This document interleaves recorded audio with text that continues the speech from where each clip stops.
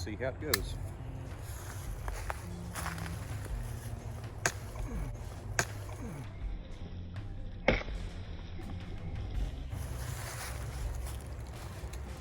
You know, honestly, not as good as the black coin.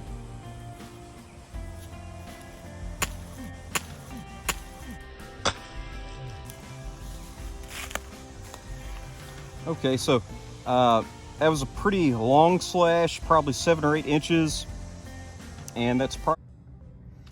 Okay, this is a video for Bill McGrath. He was wanting to see the different edges that I put on both the Yojimbo 2 and the American Lawman.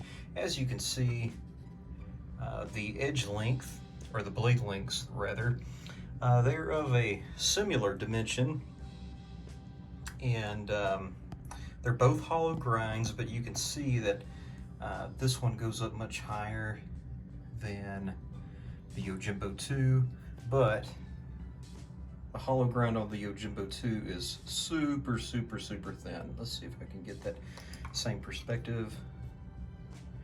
And that one's thin too. All right, so it just seems like the Yojimbo hollow grind gets thinner much quicker, and the American Lawman kind of gradually thins out. But both are thin, and I have the edges, and they're both going to look a little bit different. This one has been used, but it's relatively, it kind of looks like the factory edge, but you know, you can't really get it much higher than that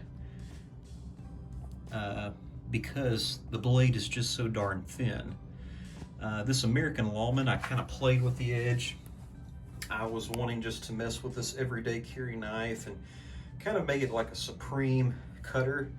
And both of these knives cut very well, by the way. They're both shaving hair, they're both cutting magazine and receipt paper very well. But you can kind of see how, let's see if I can get it to focus, how it's not pretty, but how the edge kind of rides up the blade more. Okay, I think it's a thicker hollow grind, but also I intentionally made it ride up the blade a little bit more. But as far as the apex goes, I mainly touch up my knives with this, which is 20 degrees on each side, which makes it a 40-degree inclusive. And then you get to the ceramics, and then I strop it mainly with this, but I will use this as well, which is a 22-degree bevel on each side.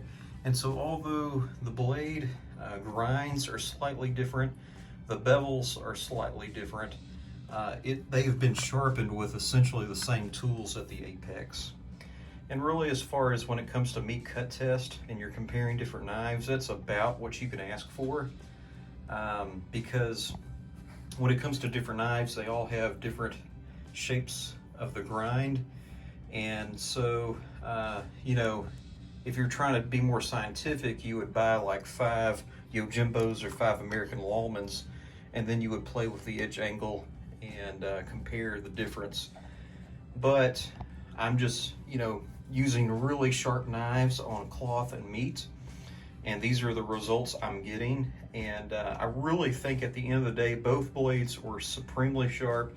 Again, shaving hair, cutting magazine paper, receipt paper, and it just seems like when I hit the meat, it feels like this straight blade is just more slapping the denim when you finally come in contact. And this American Lawman with the gradual curve, you have that least resistance, and it's sliding. And as most of you know, when it comes to cutting, yes, there's such thing as push cuts, or if you just have a whole lot of pressure, something will finally give and shear. But a lot of what cutting is the thin apex sliding and moving along a plane. And that's actually separating the material more than a shearing motion of just a straight downward pressure. And a lot of times when you're cutting, as you know, you can cut a sausage just by pressing on it, but what's really going to cut meat and cloth and tape is that sliding action. And so when I did my big vertical with this, it just kind of felt like I was more slapping the material rather than just drawing right through it. And so that really surprised me.